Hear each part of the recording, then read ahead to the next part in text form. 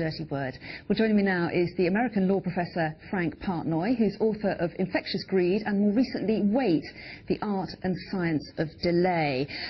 So I'll ask you about tennis in just a moment, but never put off to tomorrow what you can do today is that famous phrase. So why are you saying that's not the mantra that we should all have, but in fact we should say mañana instead?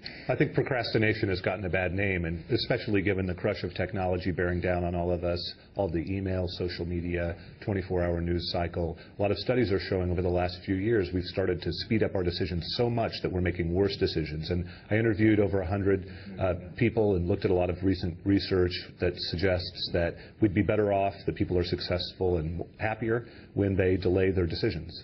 So how does this apply to tennis?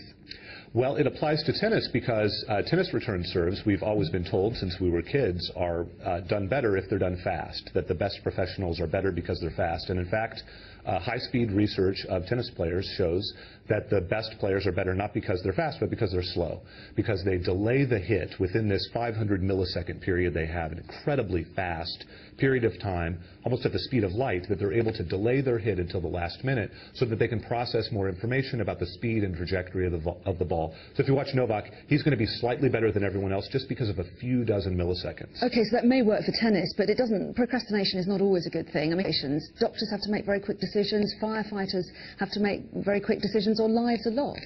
And that's right. And in fact, studies of firefighters and studies of ERs suggest that they need to make relatively quick decisions, but that if they can delay within that time frame, they get more information. And in fact, surgeons recently have adopted a delay approach in surgery of just a minute, which causes deaths in those hospitals to go down by almost 50%. So how can bankers learn from your theory? You worked in finance for many years yourself. I mean, could slower decisions have prevented a financial crisis? I think so. I mean, I think one of the problems with banking is that decisions have gotten so fast. I think that people need to slow down, take a step back, maybe break for lunch, think about what it is that they're doing, the strategy, the long-term implications.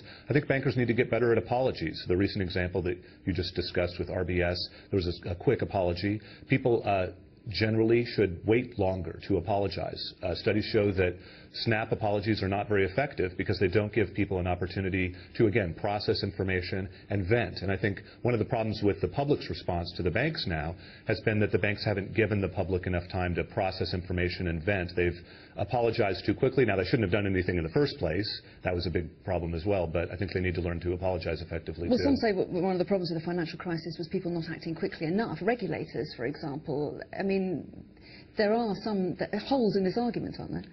Well, I do think that regulators should have been aware of problems in the fall of 2007, for example, and addressed them earlier. But if you look at the weekends that were crucial in the financial crisis, surrounding the collapse of Lehman, surrounding the collapse of AIG, regulators were making snap decisions that were not particularly well informed. If they could go back in time and re-engineer them, I think they might have taken a little bit of extra time. They might have done something like what firefighters sometimes do, which is to construct not a post-mortem, but a pre-mortem going in so that they take their time, they have a plan so that they know what to do in advance. Better off if regulators took a pause, took a little bit of extra time to manage the next crisis. Okay, well, Frank Partnoy, I'm sure a lot of people celebrating the idea that procrastination is good. Thank you for talking to us today. Thanks so much. I appreciate it. A court has been